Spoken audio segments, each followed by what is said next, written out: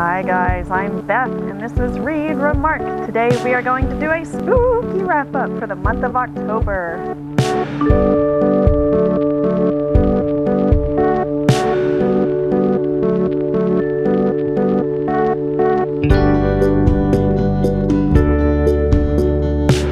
Thank you so much for joining today. I'm Beth, this is the Read Remark BookTube channel, and today we are going to do a wrap up of all the books that I read in October. Now, October is the perfect month for spooky things. Woo! All those things that go bump in the night, and I love spooky things. And so I figured this would be the perfect month to do a lot of reading of horror books. So be forewarned, there be frights here. I did read a couple of books that were non-horror for all of you for whom that's not your chosen genre. So I will start out with those to get this month kicked off. So the first book I read was We Are the Nerds by Christine Lagorio-Chafkin. I don't know how they managed to get my biography in there, but somehow they did. Just kidding. We Are the Nerds is about the inception, pratfalls, and growth of Reddit. Yes, Reddit, the online social platform which is directly responsible for me not having as many books on my reading wrap-ups each month as I should, because it is such a rabbit hole, one which I love to tumble into. I don't quite know what it is about tech startup books that are so fascinating to me, but it reads almost like a thriller, like code faster, the fate of the world depends on it.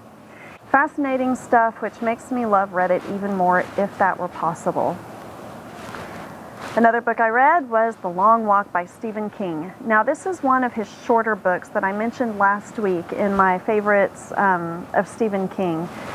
And it's one that's kind of a precursor to Hunger Games and dystopian books of that ilk. This was written back in his Richard Bachman days. It has 100 young men, teenagers really, who each year in this dystopian society have to go on a literal long walk. They walk until they drop. They don't stop to use the bathroom. They don't stop to sleep. Nothing. They literally just keep on walking. The last one standing gets whatever he wants for the rest of his life. Everyone else who falls along the way gets shot dead. They have men with machine guns along the path. So very bleak, very dystopian.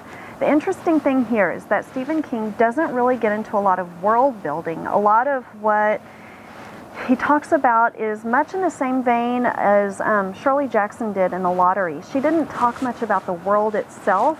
She mainly just placed the story within the world, and then you could kind of fit in from like the dialogue and the different interactions between people, some of their surroundings that were scantily discussed.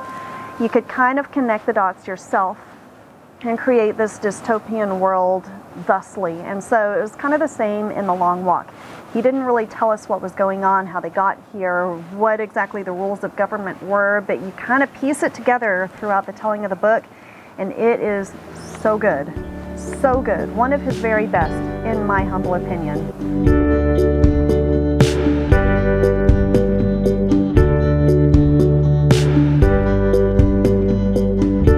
Is another nonfiction pick. This is My Squirrel Days by Ellie Kemper. I'm a big fan of Ellie Kemper. She has done shows such as The Office or Kimmy Schmidt.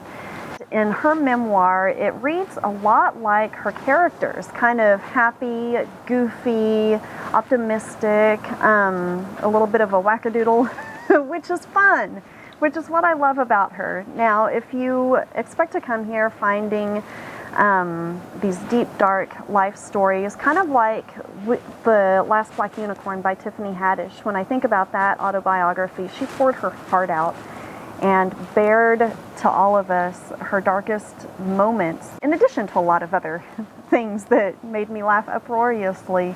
So you're not really going to get that here. This is more like, oh, gosh darn it, I washed my dad's car with an SOS pad thinking it would make it extra clean. It's going to be the best of the happiest times for her. You know what, that's okay. I would think of this more as just a series of anecdotes, more than I would a memoir. So, good book. Don't come looking for, you know, a big tawdry life story. Come instead looking for some fun anecdotes. Alright, I'm not going to talk about this next one too much because I already talked about it before on another video. It is Bird Box by Josh Malerman. So go watch the video because it is a really good book.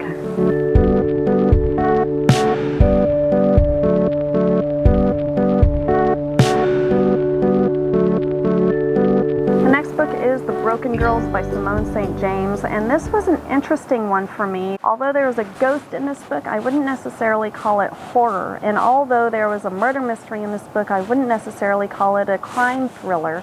It was more one of those books that kind of is just wistful throughout and defies genreization, if that's even a word. I don't think it is. So The Broken Girls covers 3 different time periods. One is in the 1950s, where these girls who had these legitimate life problems that happened to them were shipped off to just this boarding school. Instead of getting the psychiatric care that they needed when they lived through times of trauma, or if they were an embarrassment to the family, like one of them was an illegitimate daughter, they're just shipped off. And so within this school, this horrible, horrible school, they managed to find a community with each other and a sisterhood, one that lasted their whole lives. However, bad things happened, the school closed down, and now, many, many years later, in the present day, someone has bought the property Idlewild and is looking at reopening it. So, we have this present-day journalist, Fiona, who is looking into what happened back in the 1950s and why in the world they would want to reopen the school now. And meanwhile, Fiona is wrestling with the skeletons of her own closet in which 20 years ago, her sister was murdered. She never felt fully at peace with how that murder was solved. She feels like it's still an open case that needs to be thought about some more. So she's looking at these 2 different time periods, both of which contain mysteries and dead bodies. Now, like I said, it's kind of wistful, and what's interesting is how the traumas of the past were still remembered so vividly by these women, 50, 60 years later, and how through the lens of adulthood, those teenage traumas became even more poignant and even more triumphant for them having lived past them. It's a really good book, one which I thought really came full circle into something that was kind of beautiful. This next video I'm not going to talk about very much either, because I just did a video about it last week, so go check that out. It's Sleeping Beauties by Owen King and Stephen King, as well as The Outsider by Stephen King. In that video, I also give a lot of recommendations for my favorite Stephen King books. So if you're a Stephen King aficionado, I highly recommend that you check that out and give me your 2 cents.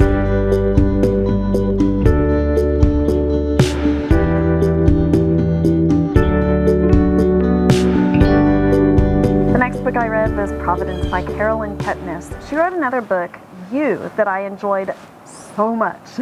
It was written in the second person through the point of view of the stalker. And I think it is so fascinating what Carolyn Kepnes was able to do with that book, was to make me almost sympathize with this bad antagonistic character, the stalker, within You. There would be times when I knew he was up to no good. I knew that he was going to be toxic to anyone he was around. And yet I still felt this sense of suspense whenever it seemed like he was about to get caught, whenever his deeds would not follow through.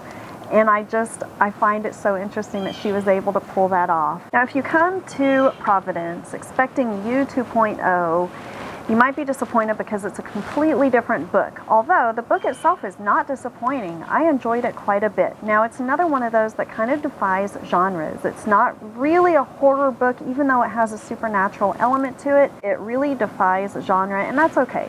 That's okay. It doesn't have to fit neatly into a peg or whatever. Now, it has these 2 young people who are good friends, Joe and Chloe. Joe is kidnapped. 4 years later, he's returned a different person. He has this strange supernatural ability that he doesn't know what it is or how to control it. And when people get around it, they get nosebleeds, they pass out, they die. And so whenever Chloe is getting near him and he sees this happening to her, he's like, "Oh, I gotta get away!" Meanwhile, Chloe's like, "What's wrong with me? I don't get it." And then pretty much the whole book is that. Now, it was a little bit frustrating for me because I was thinking if there was somebody with whom I was soulmates, I would move mountains to figure out what was going on. I don't understand why they didn't just communicate with each other if they were such close friends.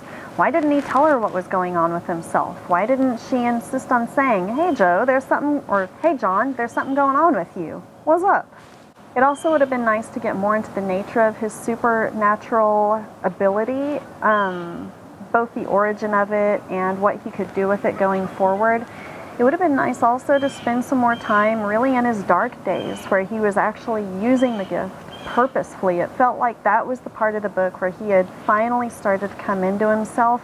I know that Carolyn Kepnes probably meant it as dark days where he's losing himself, but to me it felt like he was finally coming into himself and using his abilities for what they were meant to be used and finally finding a purpose. And I wish we could have spent some more time with him there and maybe even had him develop that further. So a little bit unsatisfactory on that front, but overall, good book.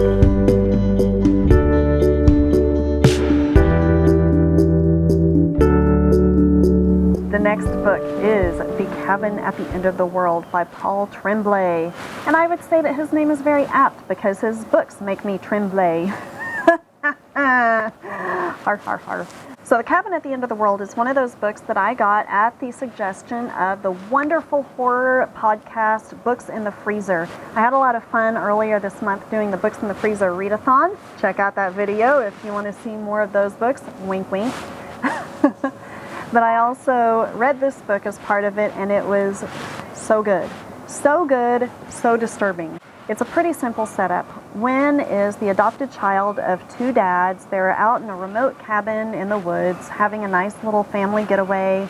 It's away from cell towers. They just wanted a chance to unplug and get away from it all, which they did quite successfully, because when Leonard and his friends show up wielding these horrible looking weapons like think Lucille from The Walking Dead, the four strangers who come in say that Wen or her two dads, one of them must sacrifice themselves or else the world will end. They're clearly members of some weird cult. They're brainwashed, obviously, or are they? One thing that Paul Tremblay does quite brilliantly is he leaves that question ambiguous even through the end. You know, I get kind of impatient sometimes with ambiguous endings. I feel like they're a little bit lazy on the author's part sometimes, but when they're done right, I feel like this was done right. It really leaves a nice question for you to turn over in your brain. And so that's the question that I had from this was, is the world actually going to end? Or are these a bunch of crazy cult members who are just wackadoos and don't know what they're talking about and just terrorize this poor family? Now, this book reminded me a lot of the movie Funny Games, which is another home invasion movie. Funny Games works much the same. These two men come to a home that's kind of remote, just out of nowhere, and terrorize this poor family for the whole film.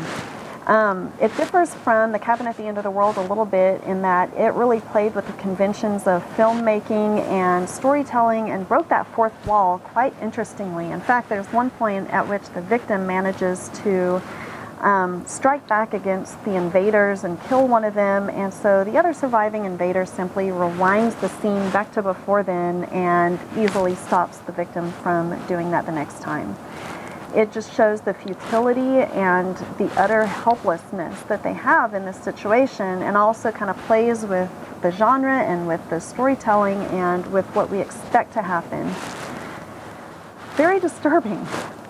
If you have small children or you don't want to think about bad things happening to small children, don't read the book. At one point, I simply had to just completely detach myself and look at it as just a book.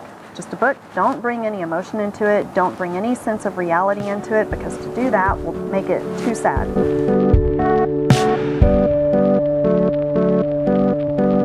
And the final book of the month is Dead Leaves by Keelan Patrick Burke. This is another one of those Instagram things that I gave into. Gosh darn it, I can't help myself. I kept seeing this book show up on the Instagram feeds, especially in the Freezer Book October Challenge, and was intrigued enough that I just had to buy it and read it. So Dead Leaves is a collection of short, spooky stories, and it's only about 100 pages. It's not a big commitment. Now, the thing that I really liked was something that Keelan Patrick Burke said in the introduction to his book. He said that Halloween is kind of a time of escape. It's escapist horror. It's not real. It's horror that you can control. And so I kind of like to think about that in regards to all of my horror book reading. It's not necessarily that I have a deep, dark soul, although maybe I do. But but that it's more escapist and it's a horror that I can control. You know, life is full of scary things, my own included, lots of bad things that we have no control over whatsoever. So it's kind of nice to look at these horrible things and know that if it gets too bad, we can just simply shut the book. I'm glad that Instagram let me know about its existence. It's definitely a good one to add to the collection of spooky stuff for Halloween. All right, so what did you read this month? Don't worry, next month I'm going to go back to my usual of contemporary fiction and thrillers, which seems to be the thing that I gravitate towards the most. And in the meantime, I hope you have a nice spooky month. See you later. Bye.